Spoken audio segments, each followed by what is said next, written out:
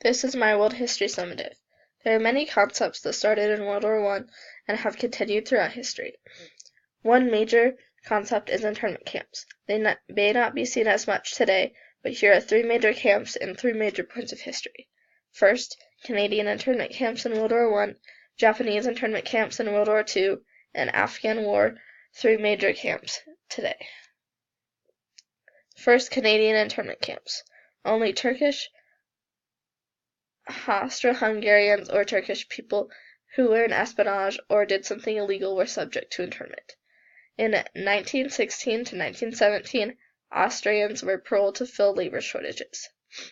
8,579 men were sent to 24 different camps.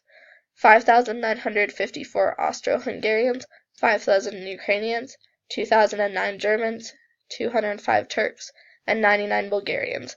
They all endured hunger and forced labor. They built some of Canada's best-known landmarks, such as Banff National Park. 81 women and 156 children were voluntarily interned to be with their families.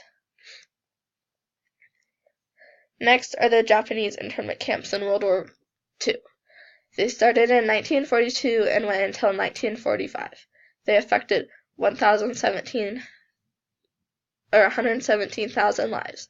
Most of them were American citizens. It was established by President Franklin Roosevelt by Executive Order 9066. It was a reaction to Pearl Harbor. They had military zones in California, Washington, and Oregon. Canada and Mexico also sent Japanese residents to America. Canada sent 21,000, Mexico sent 2,264 from Peru, Brazil, Chile, and Argentina. On December 7, 1941, Japanese were rounded up and arrested.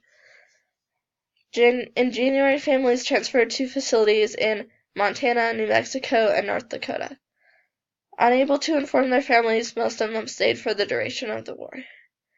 The FBI searched the houses and took anything considered contraband. 1/3 of Hawaii's population was Japanese descent. Politicians called for mass incarceration. Some were arrested. 1,500 were took to camps. That was only 1% of the population. Next was the Relocation Authority.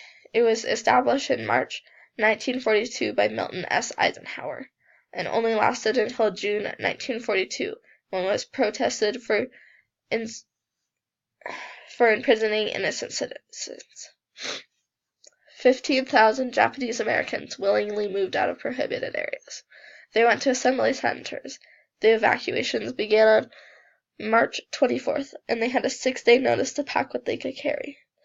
If you were 1 1/16 Japanese or more, and even children under 10 and elderly handicapped were moved to the centers.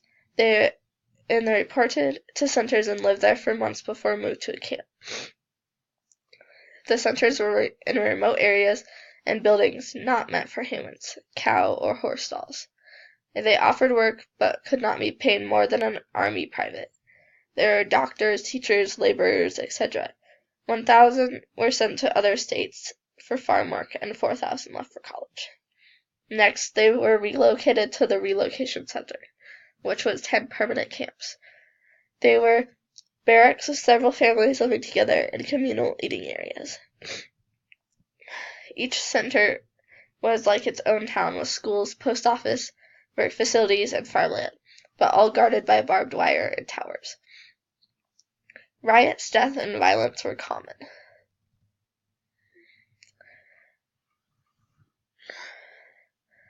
The Japanese internment camps ended on a case of behalf of Miss Do and Do, daughter of a Japanese immigrants from Sacramento, California. After filing a habeas corpus petition, the government offered to free her. She refused to address the issue of Japanese internment. 2 years later, the Supreme Court shut the camps down. Roosevelt had 1 day to close the camps. The next day, the Supreme Court made the announcement. The last camp was closed March 1946. It was considered the most atrocious violations of American civil rights in the 20th century. Next are the three major camps of the Afghan War and the occupation of Iraq. First is the Guantanamo Bay Detention Camp. It was opened in Cuba in 2002 by the U.S. Next is the Bagram Theater Internment Facility, opened in Afghanistan for people captured in the Afghan War, and the Bagan Detention Facility. It was opened in 2003 for captured prisoners of the occupation of Iraq. U.S. turned an Iraqi prison into a detention camp. Then documents were released about the lives in the camps. The Red Cross released a Time article in 2004 about the torture taking place. In 2005, a human rights group called Amnesty International called it the Gulag of our times. In September 2006, rape and murder of prisoners was reported to the public. The control was given to the Iraqis. But the U.S. still influenced the camps. March 2013, it was revealed that under pressure by Afghan officials, Americans had control over the Bagram Theater Internment Facility. It was later renamed the Afghan National Detention Facility. American officials still have power over the prisoners.